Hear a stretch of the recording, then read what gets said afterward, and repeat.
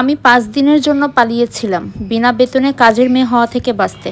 কিন্তু ফিরে আসার পর ঘরদোর এলোমেলো অতটা আতঙ্কিত করেনি আমাকে যতটা করেছিল আমার স্বামী। আমি ৫ দিনের জন্য পালিয়েছিলাম কারণ স্বামীর বাড়ির লোকদের কাছে গৃহকর্মীর মতো আচরণ পাওয়া আমার সহ্য ক্ষমতার বাইরে চলে গেছিল।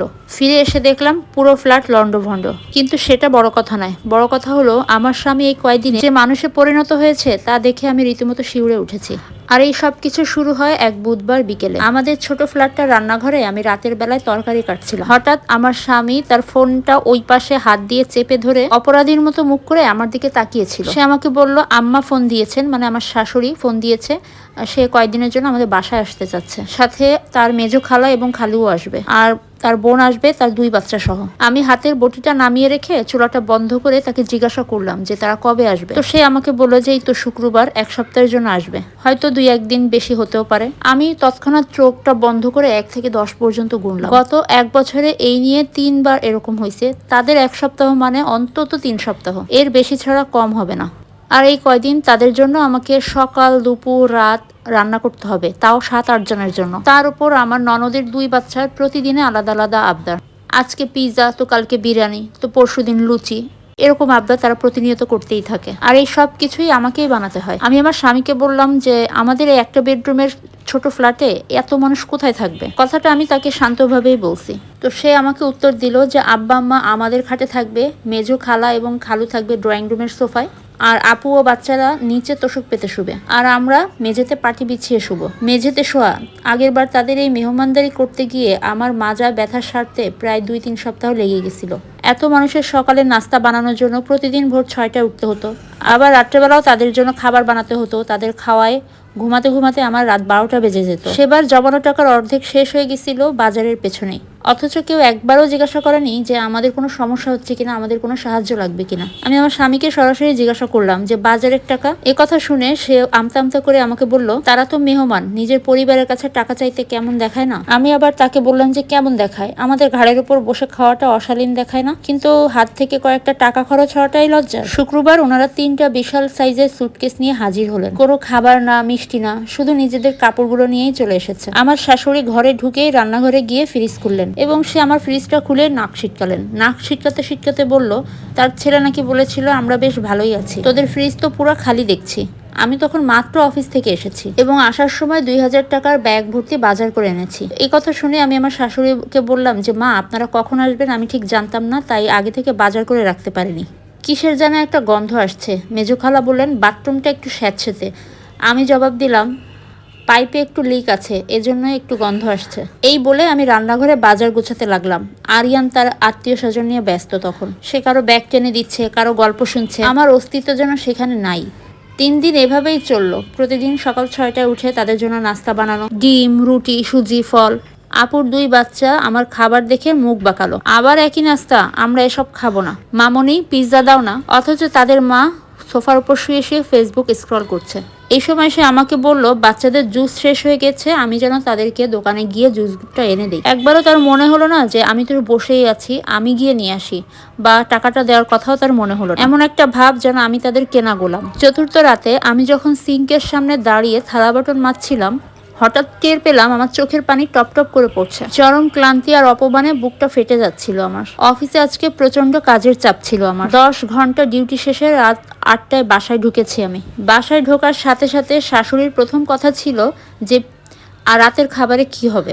আমি কিন্তু খুব ক্ষুধার্ত, মানে তার অনেক খিদা লেগেছিল। সে আমার জন্য ওয়েট করছিল যে আমি অফিস করে বাসায় যাব, তারপরে তাদের জন্য নাস্তা বানাবো, তারপরে তারা খাবে। আমি তার এই কথাটা শুনে আমি তার দিকে তাকালাম, তারপরে আরেকবার আমার স্বামীর দিকে তাকালাম। সে ল্যাপটপ নিয়ে সোফায় বসে তার অফিসের কাজ করছিল। আমার ননদ ফোনে কথা বলছিল, খালা ড্রয়িং রুমে বসে টিভিতে নাটক দেখছিল। তখন আমি রান্না করতে চলে গেলাম। আমার নিজের কণ্ঠস্বর আমার নিজের কাছেই অচেনা লাগছিল। আমি বাথরুমে ঢুকে দরজা বন্ধ করে দিয়ে দাঁড়িয়ে রইলাম। মনে হচ্ছিল যে আমি এইখানে আর একটা মুহূর্তও থাকতে পারবো না। এটা ভাবতে ভাবতে হঠাৎ আমার ফোনটা বেজে উঠছে। আমার বান্ধবীর একটা মেসেজ এসেছে। সে আমাকে মেসেজে বলল যে কক্সবাজারে সে লাস্ট একটা ডিল পেয়েছে, খুব সস্তায় 5 দিনের ট্রিপ। সে আমাকে জিজ্ঞাসা করলো যে আমি যাব কিনা। আমার একটা ব্রেক দরকার। 5 দিনে কোনো রান্না নেই, কারো হুকুম নেই, এটা দাও ওটা দাও, এটা করো ওটা করো। আমি ব্যাংকিং অ্যাপটা খুলে আমার ফোনের ব্যালেন্সটা চেক করলাম, মাত্রই বেতন ঢুকেছে, আমার নিজের টাকা। গত কয়েকদিনে আমি আমার স্বামীর আত্মীয় স্বজনের জন্য 8,000 টাকা খরচ করেছি আমার বেতনের টাকা থেকে, অথচ একটা ধন্যবাদও দেয়নি তারা। মেসেজটা পাওয়ার পরে আমি আমার ফ্রেন্ডকে মেসেজ দিয়ে জানিয়ে দিলাম যে ডিটেলস পাঠাও। সেদিন রাতেও আমি পনিরের তরকারি এবং রুটি বানালাম, চুপচাপ ডাইনিং টেবিল সাজালাম। কেউ একটাবার বললও না আমাকে যে আসো আমরা একসাথে খাই।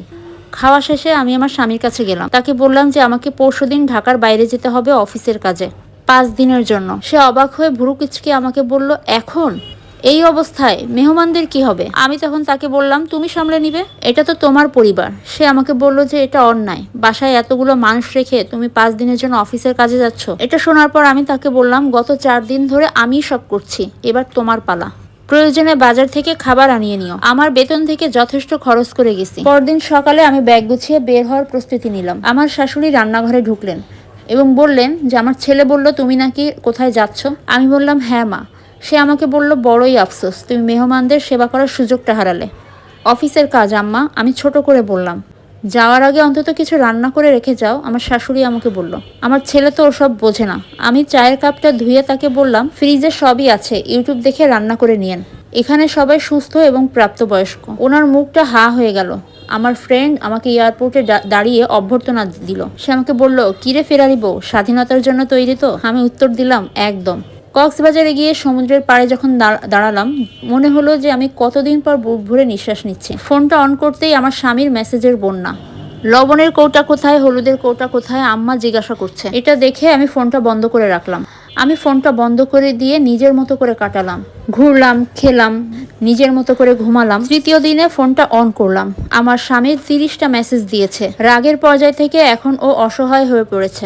আমি শুধু তাকে একটাই রিপ্লাই করলাম যে আমি ভালো আছি, 2 দিন পর ফিরবো, নিজেদেরটা নিজেরাই সামলাও। তখন আমার ফ্রেন্ড আমাকে বলল, তুই একদম ঠিক করেছিস, তোর অভাব ওকে বুঝতে দে। আমি মাথা নাড়ালাম ঠিকই, কিন্তু বুকের ভেতর না একটা ভয় বাসা বাঁধছিল। মনে মনে ভাবছিলাম, ও কি আমাকে সত্যিই বুঝতে পারবে এবার, নাকি ও ভাববে ওকে আমি বেইমানি করেছি। কিন্তু ওর পরিবার সবসময় কেন আমারই দায়িত্ব হবে? 5 দিন পর আমি যখন আমার ফ্ল্যাটের দরজায় দাঁড়ালাম, আমার হৃৎপিণ্ড জোরে ধকধক করছিল। জানি না আমার জন্য ভেতরে কি অপেক্ষা করছে, বিশৃঙ্খলা নাকি বড় কোনো ঝগড়া, নাকি এক হিমশীতল নীরবতা। আমি যখন সদর দরজার চাবি ঘুরালাম, বুকের ভেতরটা যেন ফেটে যাচ্ছিল আমার। আর ভাবছিলাম, আমার স্বামী হয়তো রাগে অগ্নিশর্মা হয়ে থাকবে, কিংবা আমার শাশুড়ি আম্মা আমাকে দেখে বেয়াদব বলে গালি দিবেন। কিন্তু দরজা খুলতেই আমার নাকে এক ভ্যাপসা বিশ্রী একটা গন্ধ এলো। পুরো ড্রয়িং রুম লন্ডভন্ড, সোফার উপরে এঁটো প্লেট পড়ে আছে, কার্পেটের উপর ননদের 2 বাচ্চার চিপসের প্যাকেটের গুঁড়ো ধুলো হয়ে পড়ে আছে। আর সবচেয়ে অবাক করা বিষয় হলো, বাসায় কোনো আওয়াজ নেই। আমি ব্যাগটা নিয়ে আমাদের শোবার রুমে গেলাম। সেখানে গিয়ে আমার কলিজাটা শুকিয়ে গেল।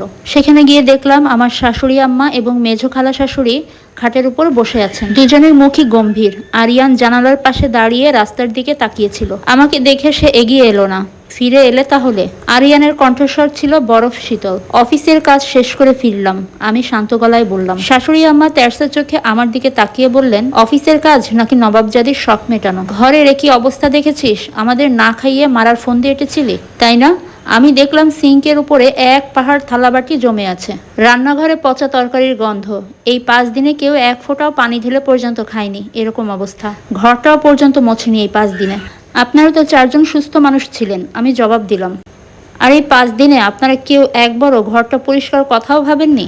মেজো খালা ফোড়ন কাটলেন, আমরা এখানে মেহমান হয়ে এসেছি, তোমার ঘরের বান্দিগিরি করতে আসিনি। আমাদের ছেলে বেচারা অফিস থেকে এসে এসব করেছে, ওর দিকে তাকিয়ে তোমার একটুও মায়া হলো না?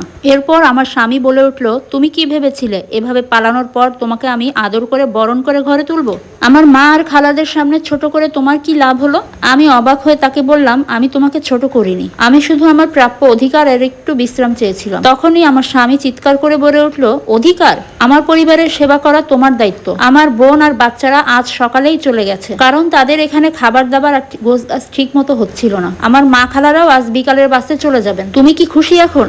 আমি 1 মিনিটের জন্য স্তব্ধ হয়ে গেলাম। সে একবারও জানতে চাইল না যে এই 5 দিনে আমি কেমন ছিলাম। ও শুধু দেখছে যে ওর আরামের বিঘ্ন ঘটেছে। ও এগিয়ে এসে আমার সুটকেসটা লাথি দিয়ে সরিয়ে দিল এবং আমাকে বলল, আজ থেকে একটা কথা সবসময় মনে রাখবে, আমার ঘরে থাকতে হলে আমার শর্তে থাকতে হবে। তোমার ওই অফিসের বাহানা এই বাসায় আর চলবে না। আমার মনে হলো, আমি যে মানুষটাকে ভালোবেসে বিয়ে করেছিলাম, এই মানুষটা সে না। এই লোকটা এক স্বার্থপর পুরুষতান্ত্রিক সমাজের প্রতিনিধি। এরপরে আমি ব্যাগটা আবারও হাতে তুলে নিলাম। আমার শাশুড়ি তখন চেতে গিয়ে বললেন, কোথায় যাচ্ছ?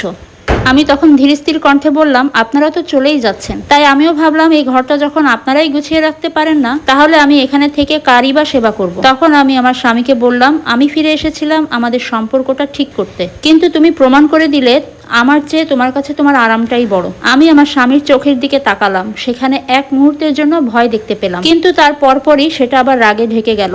আমি ড্রয়িং রুমের চাবিটা টেবিলের উপরে রাখলাম। আমি আমার বাবার বাড়ি যাচ্ছি। যেদিন তুমি বুঝবে যে স্ত্রী মানে গৃহকর্মী নয়, সেদিন আমি আবার এই বাড়ি ফিরে আসবো। আমি যখন দরজা দিয়ে বেরিয়ে আসছিলাম, আমার স্বামী তখন পেছন থেকে চেঁচিয়ে বলে উঠলো, এই ঘর থেকে একবার বের হলে আর কোনোদিন ফিরতে পারবে না, এটা মনে রেখো।